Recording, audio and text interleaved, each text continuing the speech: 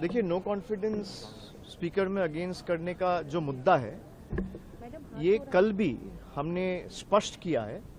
कांग्रेस और जितने भी like minded parties India alliance का हिस्सा है कि हमारे जो पार्टी का स्टैंड है, हमें नो कॉन्फिडेंस साइन करने में कोई दिक्कत नहीं है। नो कॉन्फिडेंस रेजोल्यूशन साइन करने में, सबमिट करने में कोई दिक्कत नहीं है। सारे तृणमूल एमपी साइन करेंगे। लेकिन हमारा उनको जो सुझाव था कि पहले आपके जो 4 पॉइंट्स है, जो पॉइंट कांग्रेस की तरफ से रेज किया जा रहा है, एक तो आप देख रहे हैं 8 लोगों को सस्पेंड किया गया है, एक उनके महिला सांसदों के ऊपर झूठा आरोप लगाया गया है, एक प्रतिपक्ष के नेता को बोलने दिया नहीं जा रहा है, और दूसरे तरफ से आपका जो है कि भाई दूसरा बीजेपी के नेता को आप अटैक करने का मौका दे रहे हो and the chair is working in a biased manner. तो इन चारों मुद्दों को पहले हमने ये कहा कि आप एक चिट्ठी in form of a protest आप स्पीकर को भेजिए। उस चिट्ठी में सारे ऑपोजिशन एमपीज, चाहे वो कांग्रेस के हो, समाजवादी पार्टी के हो, तृणमूल के हो, डीएमके के हो, सब साइन करेंगे। हमें कोई दिक्कत नहीं है। और स्पीकर को आप 2-4 दिन समय दीजिए, 2 दिन समय दीजिए, 3 दिन समय दीजिए। अगर स्पीकर भाई 2 दिन दीजिए, आज तो 10 है, अभी भी तो 3 दिन है। आज अगर देते हैं तो 2 दिन 3 दिन स्पीकर को समय दीजिए। अगर स्पीकर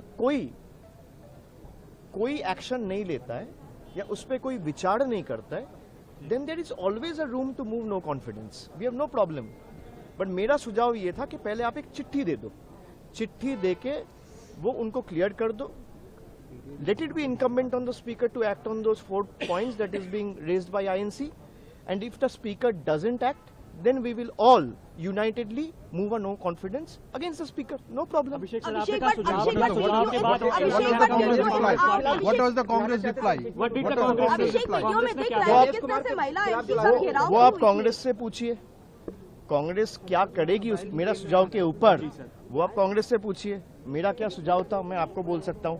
आप मेरे से प्रश्न किए, उत्तर तो मुझे देना है। Can you answer it on my behalf? You can not. तो कांग्रेस का क्या स्टैंड होगा वो अपना पार्टी के हिसाब से वो बोल पाएंगे। अभिषेक, लेकिन वीडियो आया उसमें दिख रही है महिला एमपीज, 8 महिला एमपीज बैनर लेकर के खड़ी हैं। आप कह रहे हैं कि गलत आरोप लगाया गया है। आज पार्लियामेंट्री अफेयर्स मिनिस्ट्री की तरफ से वीडियो रिलीज हुआ है जिसमें साफ दिख रहा है घेराव किया गया है। बैनर बैच अगर कोई पहन नहीं सकता है, प्रोटेस्ट नहीं कर सकता है, तो पार्लियामेंट का रहने का फायदा क्या है? स्पीकर ने कहा कि ये प्रोटोकॉल नहीं तो प्रोटोकॉल तो ये भी नहीं है कि जितने पूर्व प्रधानमंत्री है उसको भी अटैक किया जाए। देश के अभी का जो प्रधानमंत्री है नरेंद्र मोदी जी, और स्पीकर खुद ये एक्नॉलेज करते हैं, चाहे वो कोई भी प्रधानमंत्री हो, चाहे वो जवाहरलाल नेहरू हो, गुलजारी लाल नंदा हो, वो लाल बहादुर शास्त्री हो, वो इंदिरा गांधी हो, वो राजीव गांधी हो, अटल बिहारी वाजपेयी हो, डॉक्टर मनमोहन सिंह हो, या आज प्रधानमंत्री नरेंद्र मोदी जी हो, सबका इस देश को चलाने में, आगे बढ़ाने में योगदान रहा है। लेकिन बीजेपी के सांसद अगर उनका चरित्र पर टिप्पणी करेंगे और वो करने दिया जाएगा, वो भी उचित नहीं है। The speaker has to also act in an unbiased way, यही हमारा डिमांड है। लेकिन हम सब चाहते हैं हाउस चले। ये सरकार का जिम्मेदारी है कि हाउस कैसे चले। कल आप जो सवाल मेरे से पूछते हैं, आप ऑपोजिशन के एमपी से क्यों नहीं पूछते कि कल 3 बजे हाउस एडजर्न कर दिया गया, 2 बजे, आज के सुबह 11 बजे तक। आप आधा घंटा करो, आप 1 घंटा करो, आप 2 घंटा करो, आप सीधा 18-20 घंटे के लिए हाउस एडजर्न कर देते हो। आज स्पीकर चेयर पे ही नहीं आया।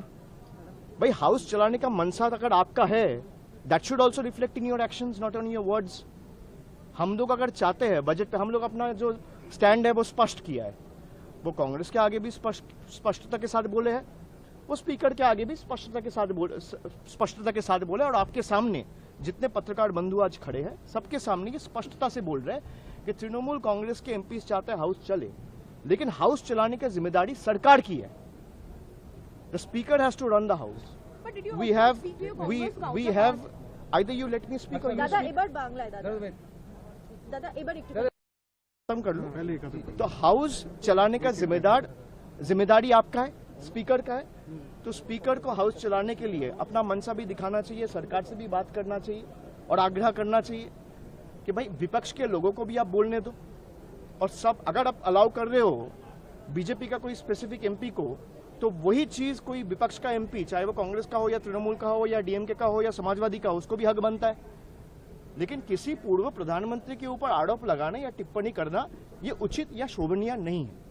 सीईसी वाले पे बोल रहे थे प्रस्ताव जो लाने सीईसी पे हमारे पार्टी के चेयरपर्सन स्पष्टता के साथ जब यहाँ पे दिल्ली में पिछले हफ्ते वो आई थी, उन्होंने कहा है कि we will move an impeachment against the chief election commissioner and we have already spoken to our like minded parties and the process is in action.